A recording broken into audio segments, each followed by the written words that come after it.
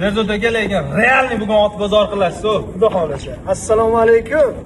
Nechta biya, nechta ayg'ir bugun chiqaramiz? 5-6 ta assortiment biya chiqazamiz, 3-4 ta ayg'iridan ham chiqazamiz.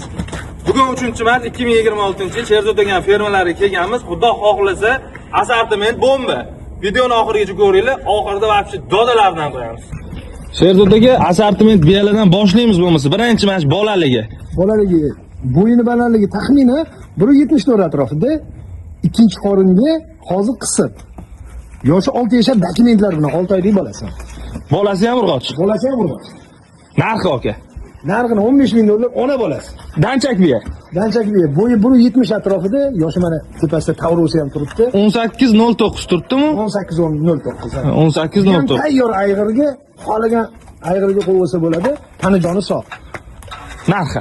Narxini 6200 dollarimiz. Voy, jek bo'lib ketdi mana klientlarga. Mana. Yo'g'oshligi yo'g'osh. Ko'k biya aka. Arlovskiga. Arlovskiy. Yoshi 6 yashar men. 5 dan 6 ga o'tyapti. Yangi keldi, 2-3 kun bo'ldi. Bo'yini balandligi taxminan 1.72-73 atrofida.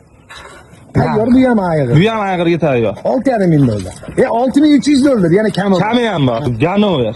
Ganover buyamizda bo'yi 1.80, yoshi 11 yashar, 4 ta tuqqan. Bizga yaqinda kelgan tayyor ayg'irga bu ham kuyikib turibdi. Narxi aka. Narxini 8 ming dollar, yana kami bor. Mana bu oxirgi elitni biya bo'ladi. Sherzod aka buni ma'lumotlari qanaqa? Ma'lumoti bo'yini balandligi 1.82. Yoshi 7 dan 8 ga o'tyapti. Zotiga kelsa Ganover. Shu tuqqan hozirgi vaqtda qisa. Narxi qanaqa aka? Narxini sirlicha qoldirib qo'ysa-chi. Aytsak ham yaxshi bo'lardi Sherzod aka. 20 ming dollar kami bor. Okalar niyat qilganlar bo'lsa, Xudo xohlasa, otxonangizda ham bir ko'zingizni quvnatadiganidan Xudo xohlasa yoqqan bo'lsa, mashalloh deb qo'yasizlar.